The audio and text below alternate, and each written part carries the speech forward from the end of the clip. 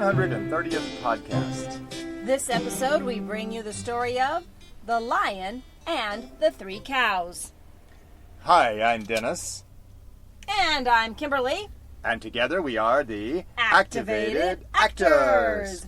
We are coming to you from Blacksburg, Virginia, where we are performing right now, and we are on our way to North Carolina. But by the time you're listening to this, we will be on our way to New Jersey and California and Pennsylvania, and yeah, we'll tell you about that in just a second. I didn't know California was between New Jersey and Pennsylvania. It is. It is this year. We'll tell you all about the shows coming up as soon as we tell you a story. Since we last saw you, we finished up... Saw you? Saw you you, have heard X-ray you. vision. Since you we can last- see through the radio waves. Since we last heard you listening to us, we finished up our performances in Arkansas. We did Hot Springs, Arkansas, and... We went to Seneca, Illinois. And Seneca, Illinois. Jonesboro, Arkansas, right? Then we made a mad dash across the country. Goodness, we made a mad dash, but we went... And we Baltimored. We went to Baltimore, and we got to visit with a whole bunch of principals from all over the country at the National Association of Elementary School Principals Conference in Baltimore, Maryland. 2 days of talking with principals and showing them a bit of what we do. So perhaps they will be bringing us to your school. Yes, we spent 3.5 days in Baltimore, and we really hardly saw any of the city outside the convention hall. We did take one night off and got to go visit with our new friends from Bright Star Touring Theater, and we went to dinner with them. And also we were right next to a booth where they had yo-yos. And the yo-yos were with the Ned... What do they call that? In the Ned show? It's Never give up, encourage others, do your best. I believe that's what it stands for. We were right next to the yo-yos, which was from the Ned show. And Ned... Yo-yos meaning the toys, not the people at the... But Ned stands for never give up, encourage others, and do your best. So, fun at the convention, but we are happy to be in Virginia, and we are happy to bring you a story. Yes, and our story is The Lion and the Three Cows from Afghanistan.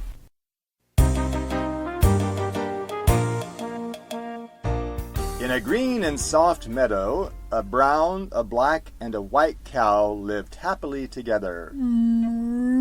Brown. Black. Albino.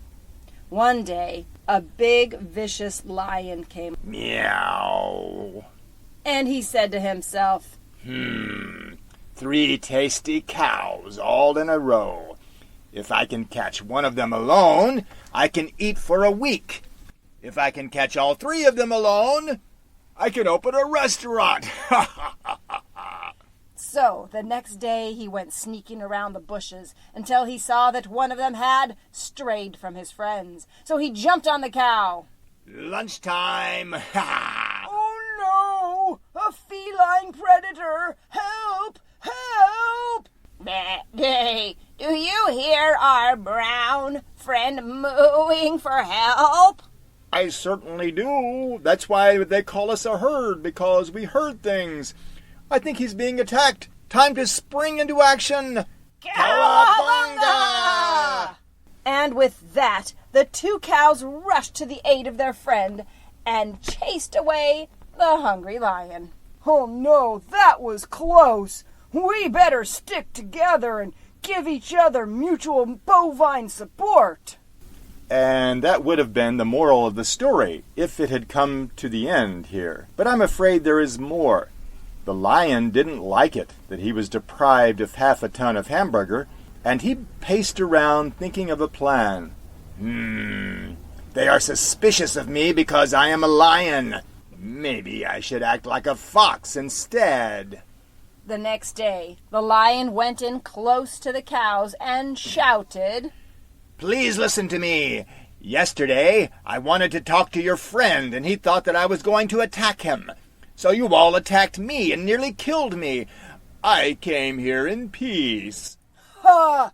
We know bull when we hear it. You were trying to attack me. No, I wasn't going to attack you. I just wanted to tell you that I think you have a really nice place here.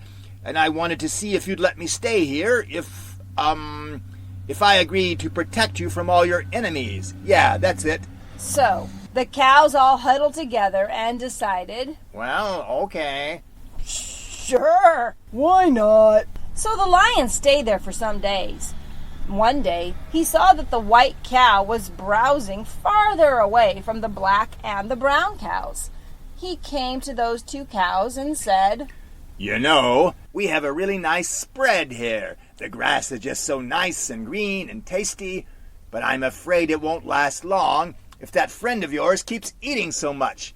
He eats so much more than you that the grass is going to run out, and we will all starve. Better let me get rid of him for you, then there will be enough grass for the three of us. So the two cows talked it over. I didn't even know that lions ate grass. Me neither. Live and learn. Sadly, that was not the moral of the story either. The lion killed the white cow and ate him.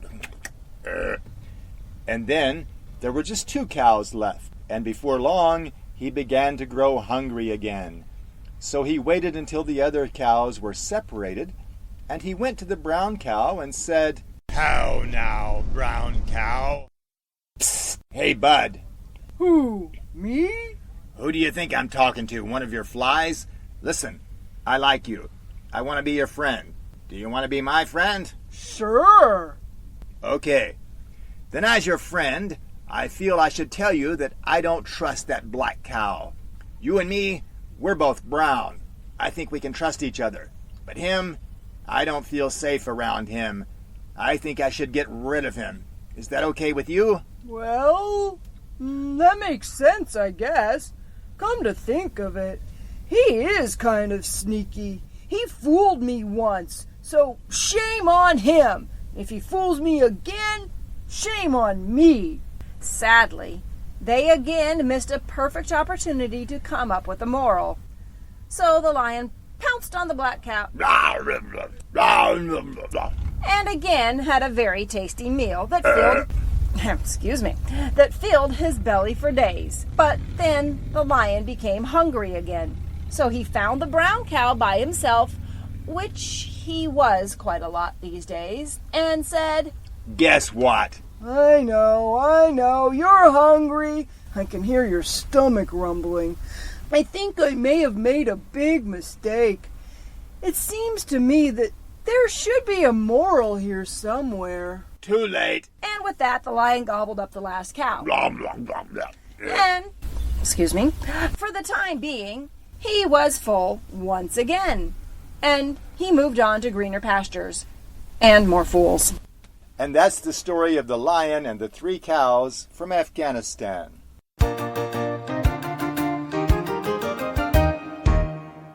I had never heard that story before. Me either. And you know what? That is the first story from Afghanistan that we have ever done. Ooh. On a podcast or anywhere. Welcome to our podcast, welcome, Afghanistan. Welcome to the world, Afghanistan. Yes. Our podcasting world, anyway. Our podcasting world. I think they've been in the world a while. I had an interesting reason for coming up with that story originally. I was just looking for some unusual special day like I often do, and I found that July 18th is Appreciate a Cow Day. Oh, Appreciate no, cows. really? Well, some people appreciate cows by eating them. So anyway, I was looking for stories about cows in general, and I came across this one, and I thought, hey, this is so good, I can't pass it up. Well, now you've celebrated Appreciate a Cow Day by listening to our podcast. About a lion eating cows. All right. Well, we are, like I said, in Virginia. We are finishing up some shows here. Then we will be in North Carolina probably before this airs. So next shows to watch for: Ocean County, New Jersey. We will be there July 22nd and the 23rd. We'll be doing 6 programs at 6 of the county libraries in Jackson, Lakewood, Monahawken, Brick, Barnegat, and Toms River.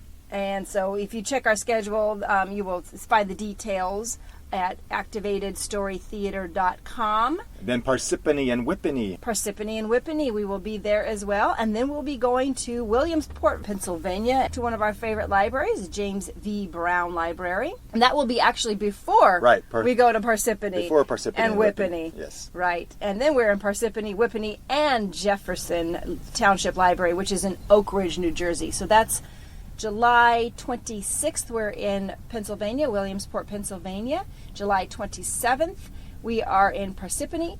July 30th, we're in Whippany and Oak Ridge. And Oak Ridge has the honor of being the first East Coast town that we ever performed in. We ever performed in. Back in 1992. Right. And we'd like to not make it to that show, but we did, and we've been going ever since. That was our vehicle caught fire on the freeway the night before the first show, so we did make it. And after a fire in your vehicle, you can survive that. You just keep on going. Now it's like 21 years later. Yeah, 21 years later, back to Oak Ridge. Back to Oak Ridge. And then we will be driving like crazy bandits to Boston, Massachusetts so that we can get to California. Because we will be flying out to California to perform at the homeschool conference.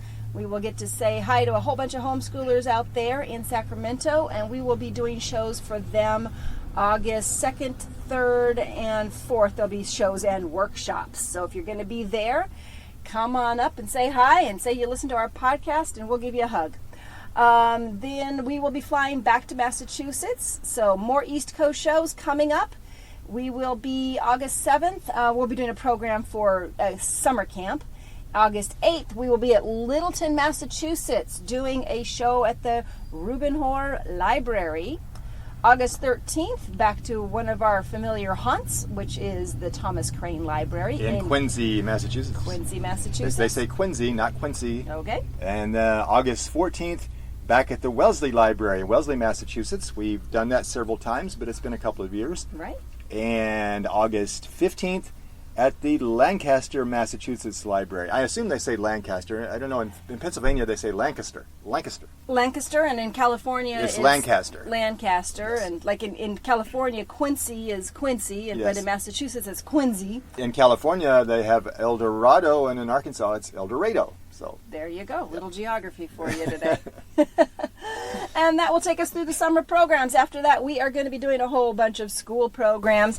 And if you're in the D.C. area, start looking for us. November 2nd, we'll be at the National Theater in D.C. So that's a little rundown on the shows that we have coming up. We hope to meet you live and in person. The show is much more activated on stage.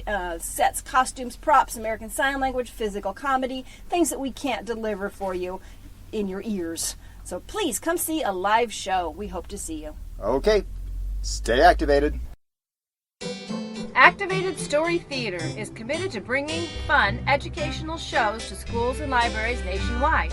On stage, we use physical comedy, American Sign Language, imaginative props, and a giant, oversized book to bring multicultural folktales to life.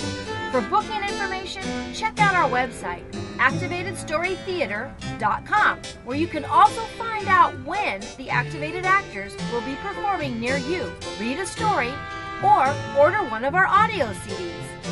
You can subscribe to this podcast on iTunes or listen on Stitcher. We look forward to your comments and folktale suggestions. Stay activated. Until next time.